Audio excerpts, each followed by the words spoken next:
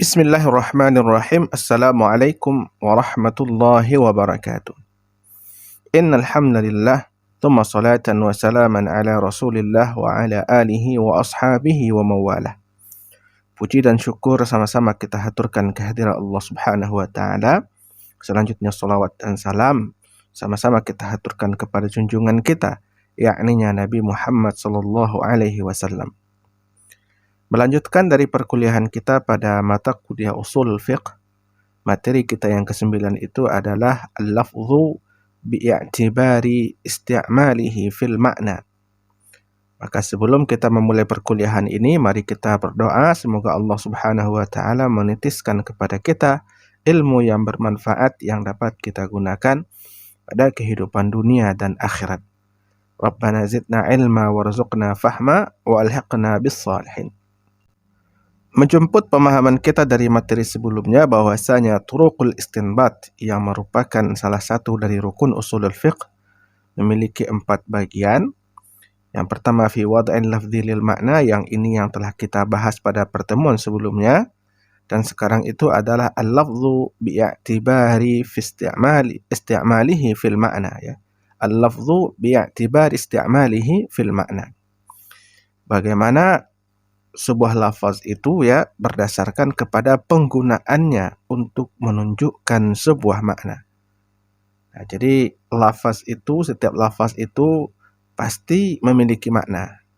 Nah, sekarang bagaimana lafaz tersebut menunjukkan atau digunakan lafaz tersebut untuk menunjukkan sebuah makna yang terkandung di dalamnya.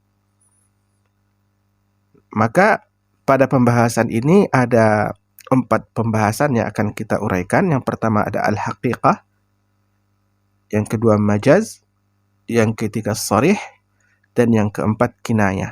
Nah, inilah yang akan kita bahas dan ini akan kita uraikan. Mudah-mudahan Anda semuanya dapat memahaminya dengan baik. Haqiqah.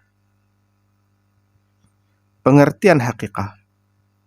Haqiqah itu adalah al-lafzu al-musta'malu fima wudi'a lahu lughatan. Artinya adalah penggunaan sebuah lafaz sesuai dengan peruntukannya secara bahasa. Jadi memang lafaz itu ditentukan sesuai dengan peruntukan maknanya itu sesuai dengan kebahasaan atau bahasa yang digunakan. Contohnya kal-lafzi syams, seperti lafaz syams ataupun matahari, lil kaukabil ladzi yudhi'un nahar, untuk benda langit atau bintang yang menyinari atau menyinari siang hari, ya. Atau wal qamaru lil kaukabil ladzi yunirul lail, atau untuk benda langit yang bersinar di malam hari. Dan lafaz al-insan wal insanu lil hayawanin natik, itu bagi hewan yang berbicara.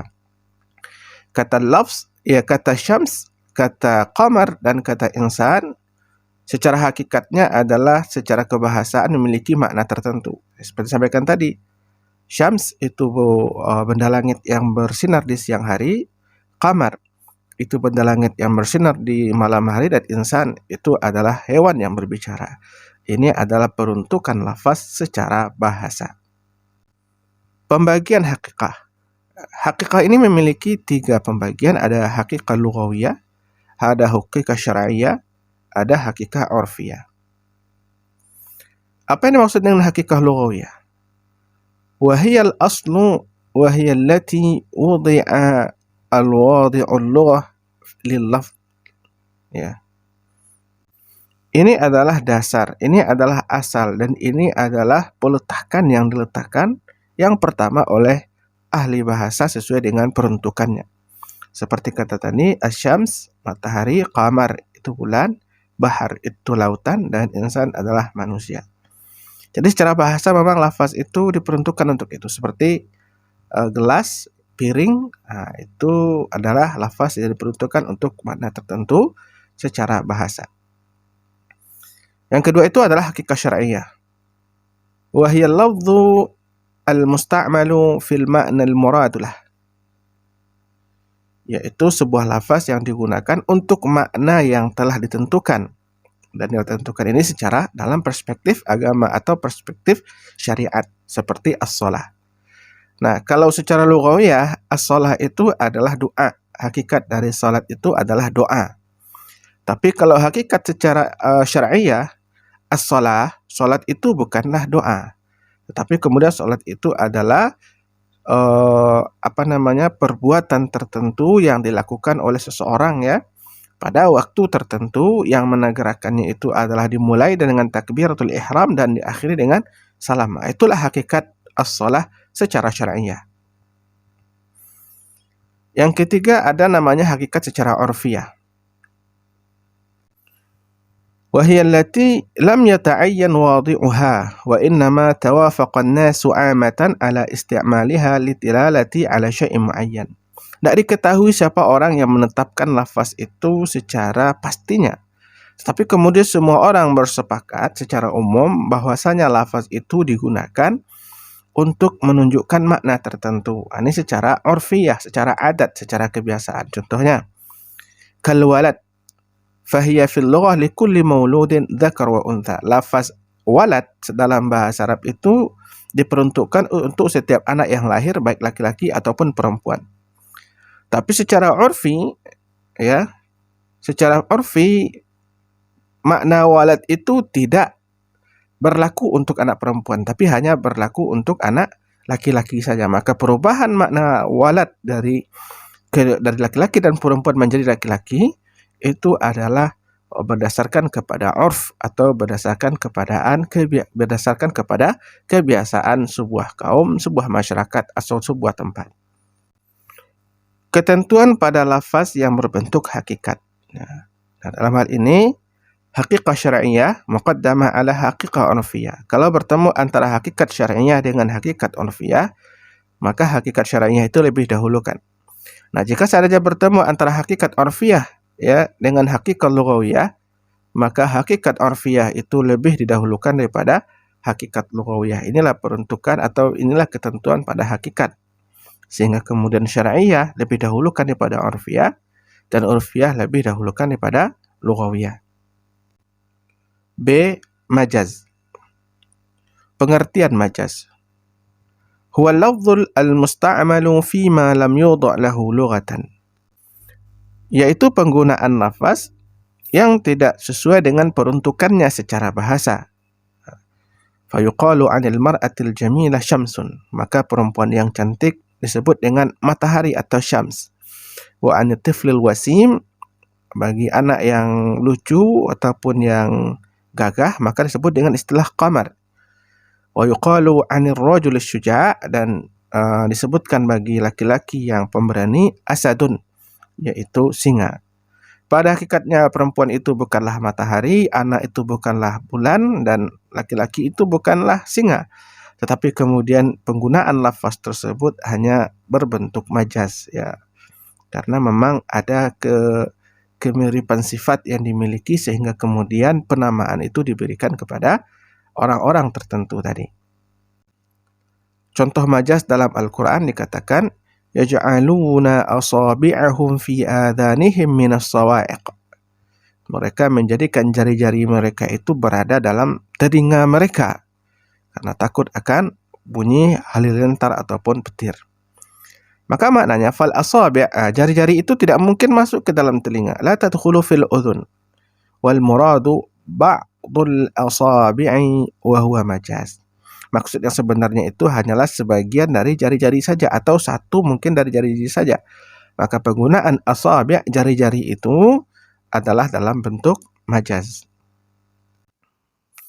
Hukum pada majaz bahwasanya jika seandainya terdapat lafaz ya yang mana secara hakikat dan majaz bisa dipahami dari lafaz tersebut, maka makna hakikat itu lebih diutamakan daripada makna majaz, kecuali jika seandainya pada majaz tersebut tetap makna yang dimaksudkan di dalamnya.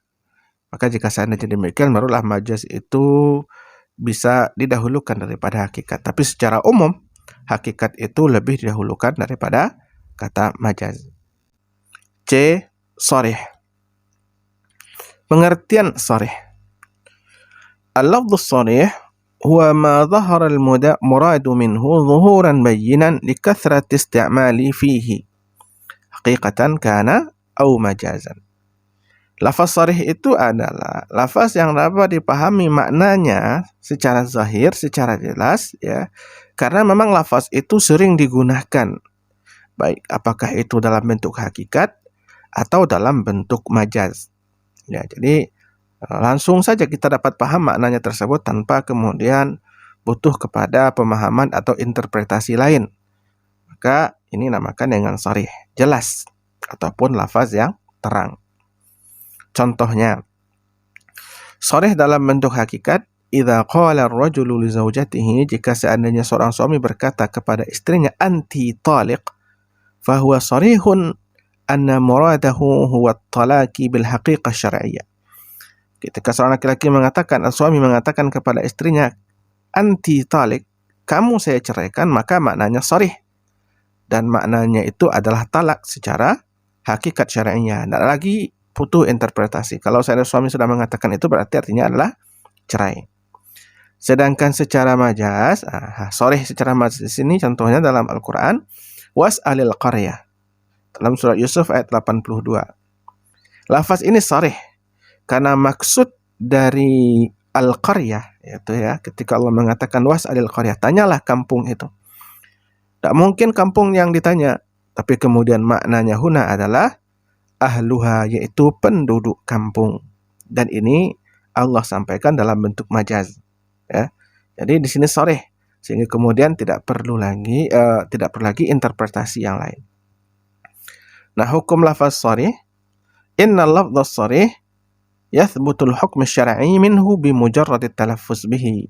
Lafaz sharih kalau seandainya diucapkan dengan jelas tadi ya, maka kemudian hukumnya langsung melekat, hukumnya langsung tetap ketika lafaz itu diucapkan. Contohnya tadi, anti talik. Seorang suami berkata kepada istrinya, kamu saya ceraikan. Maka ketika itu tetaplah hukumnya dan terjadilah perceraian. Duna tawaqqufin 'ala niyyati, tanpa perlu atau butuh kepada niat. Ya, seperti tadi ya, kasirul fusukh qaulihi anti talik fasakhatil aqd.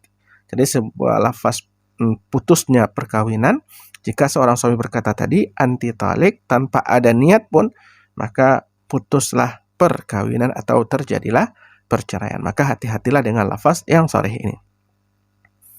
Selanjutnya C, kinayah.